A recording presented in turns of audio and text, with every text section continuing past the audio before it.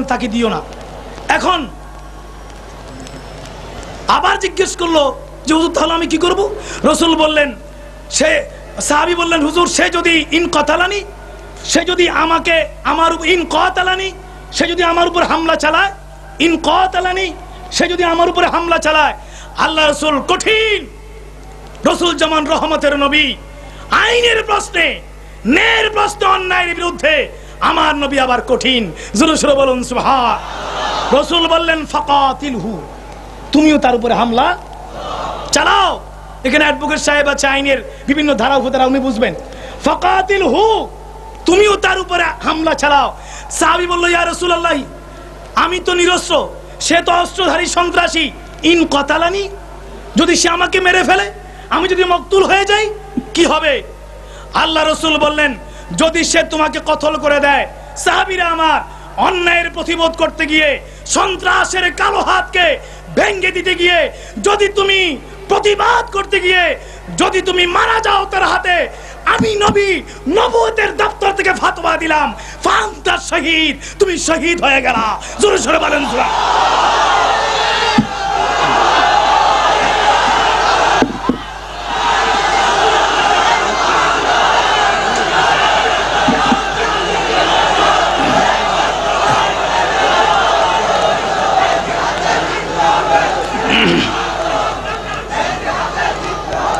অন্যায়ের প্রতিবাদ করতে গিয়ে, প্রতিরোধ করতে গিয়ে যদি কেউ সন্ত্রাসীর হাতে মারা যায়, সে কি? আপনারা শহীদ হতে চান কিনা? হতে চান কিনা? বদরের যুদ্ধে যেতে চান কিনা? ওহদ খন্দকের যুদ্ধে যেতে চান কিনা? জিহাদ জিহাদ জিহাদ চাই, জিহাদ লাগলে আমি নাই, এটা নাকি?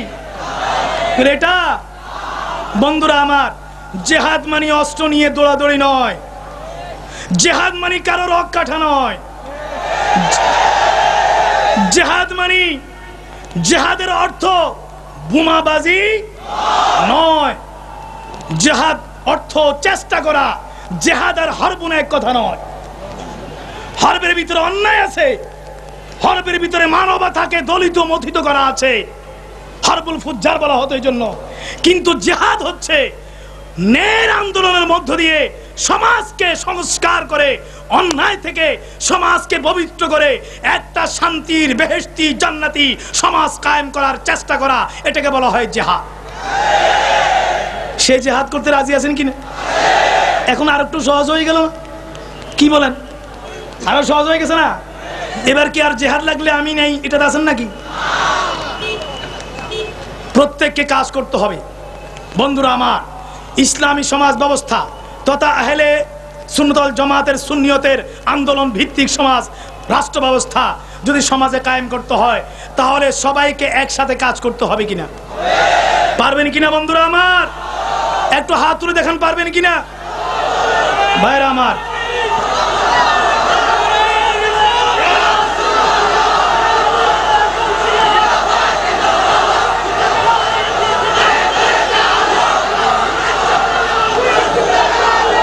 এরপরে ইরশাদ হচ্ছে, ইনশাআল্লাহ শেষ করে দিচ্ছি।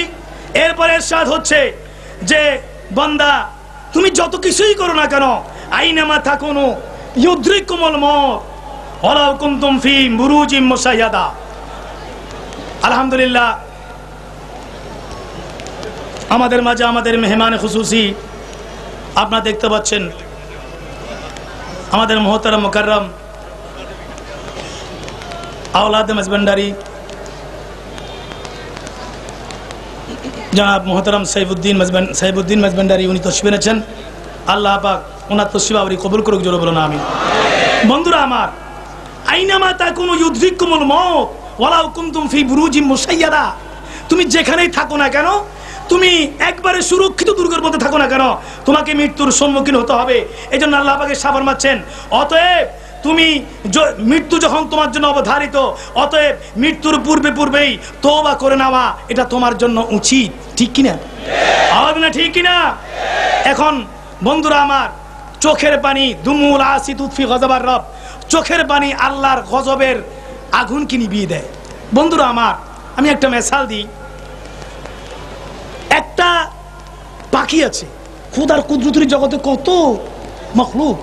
একটা পাখি আছে, ওটা বিষাক্ত সাপ খায়। কি খায়? বিষাক্ত সাপকে ছিঁড়ে ওর বুক থেকে বিষের থলিটা নিয়ে সে খায়। সুবহানাল্লাহ বলেন। আল্লাহ পাক কার জন্য কোথায় রিজিক রেখেছে? সে সাপের বিষের থলি তার রিজিক। এটা খাওয়ার পরে তার মধ্যে বিষ ছড়ায় যায় না, বিষ বাষ্প ছড়িয়ে যায়। তখন সে কি করে? সে তখন চুপ করে বসে থাকে আর তার দু চোখ দিয়ে পানি ফেলে। সুবহানাল্লাহ বলে। দীর্ঘক্ষণ তার দু চোখ দিয়ে পানি পড়তে থাকে। পানি পড়তে পড়তে যতক্ষণ না তার শরীর থেকে বিষগুলো বেরিয়ে না যায় ততক্ষণ সে পানি ফেলে। এখান থেকে আমাদের জন্য এই শিক্ষা, একটা পাখি চোখের পানি পেলে যেভাবে বিষাক্ত সাপের বিষকে চোখের পানি দিয়ে বের করে দেয়, ওরে আল্লাহর বান্দারা, তুমিও তোমার ভিতরে পাপাচারের যে বিষ ঢুকেছে, খোদার দরবারে কানতে কানতে চোখের পানি দিয়া তোমার কবিরা সগীরা সমস্ত গুনাহগুলো তোমার চোখের পানি দিয়া বের করে দাও। জোরে সোরে বলুন সুবহানাল্লাহ। আর কি করতে হবে? আমার আল্লাহ ইরশাদ ফরমাচ্ছেন, ওয়ালাউ আন্নাহুম ইযযালামু আনফুসাহুম জাউকা ফাস্তাগফিরুল্লাহ ওয়াস্তাগফারা লাহুমুর রাসূলু লাওয়াজাদুল্লাহা তাওয়াবার রহিমা। জোরে সোরে বলুন সুবহানাল্লাহ। তওবার আরেকটা নিয়ম হচ্ছে যে তুমি তোমার অন্তরকে, তোমার দেহমনকে, চিত্তকে আল্লাহ রসুলের দিকে রুজু করে দিতে হবে। জোরে বলুন না সুবহানাল্লাহ। আল্লাহ রসুলের দরবারে গেলে গুনাহ মাফ হবে কিনা? একটু জোরে বলুন না, হবে কিনা?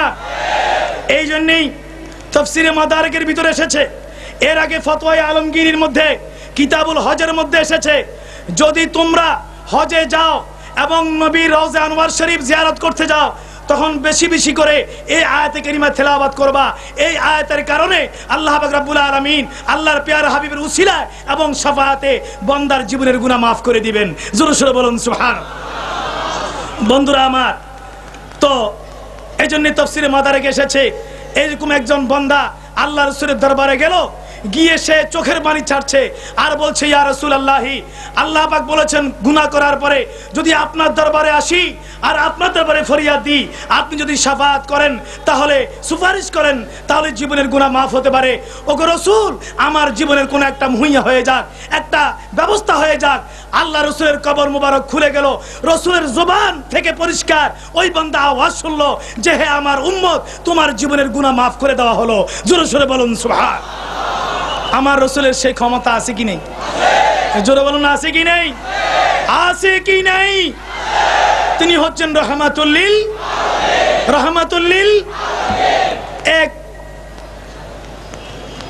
অমুসলিম আসলো, খ্রিস্টান, সে এসে রসুলকে বলল যে আপনার ডাকে যদি এই গাছটা আসে তাহলে আমি বুঝবো যে আপনার কাছে নবুয়ত আছে।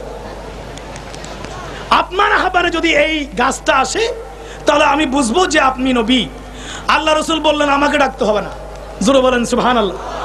রসুল বলেন, ওরে আল্লাহর বান্দা, আমি ডাকবো না, তুমি গিয়ে বলো গাছকে যে রসুল তোমাকে ডেকেছে। জোরে বলেন না সুবহানাল্লাহ।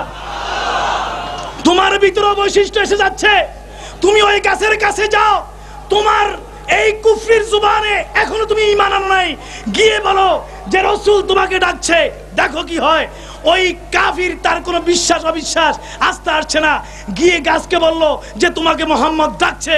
এই কথা বলার দেরি নেই, গাছটা ডান দিক থেকে একবার টান দিল, বাম দিক থেকে টান দিল, সামনে থেকে টান দিল, পিছন থেকে টান দিল, এসেই মুহাম্মদুর রাসূলুল্লাহ আমার সামনে হাজির। আসসালাতু ওয়াসসালামু আলাইকা ইয়া রাসূলুল্লাহ।